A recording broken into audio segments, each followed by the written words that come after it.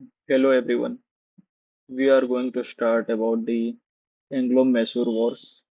There are four wars that had been between the English-British India Company and Mysore. So first of all, we are going to learn about the history of Mysore, how the Mysore emerged as a separate state after the Mughal Empire. So we will start here.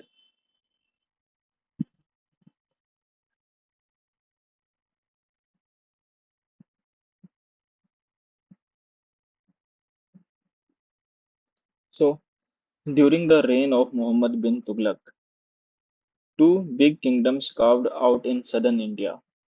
And those kingdoms were during the time of Muhammad bin Tughlaq, 1324 to 51.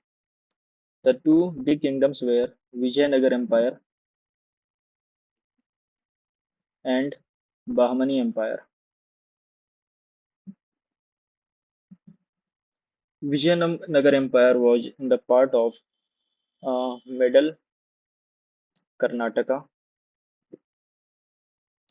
and Bahmani was in the upper part of Karnataka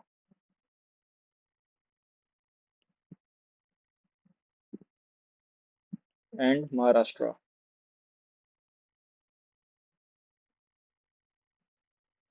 Actually, both Vijayanagar and Bahmani were adversary and always had a periodic wars with each other. During the time period of Krishna Dev Raya, 1509 to 1529, it was the most he was the most powerful ruler of Vijayanagar kingdom. He defeated Bahmani thoroughly and weakened the Bahmani rule, dividing them in five houses, that is Bijapur, Ahmednagar, Golconda, Bidar, and Berar. So Bahmani was divided into five kingdoms that are Bijapur, Ahmednagar, Golconda, Bidar, and Berar. And in around 1565, these all five kingdoms together started to take revenge from Vijayanagar. And during the Battle of Talikota, also during 1565 to 1640, Vijayanagar kingdom also declined and got divided into smaller territories. And Mysore was one of the territory which emerged from Vijayanagar Empire. And Mysore was then ruled by Odyar dynasty. Aurangzeb, during the reign of Aurangzeb captured some of the area of Mysore, but after his death under Krishna Rai Vodiyar, they regained the territory lost. So in 1730s, two ministers, Nanjaraj and Devraj, declared mental siege of Krishna Rai Vodiyar, the ruler of Mysore, and the two ministers took decisions on his behalf. The two ministers of Odyar were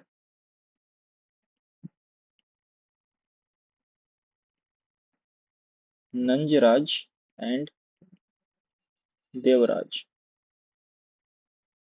Now the complete control was under the Nanjaraj and Devraj. They were ruling on the behalf of the ruler of Odyar dynasty. And in this time also, in the rule of these two ministers, there was a person we can say there was a soldier whose name was Haider Ali,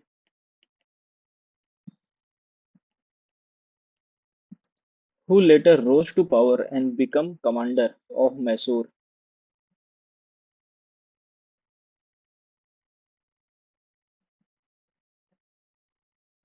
And in 1761, Haider Ali captured power from Nanjaraj and Devraj, and in 1761 Haider Ali declared himself the ruler. So this was the background. Little bit more background is pending, which is Mysore originally was a viceroyalty of Vijayanagar. We are revising now. So Vijayanagar, and under it there was a Mysore principality under Vijayanagar.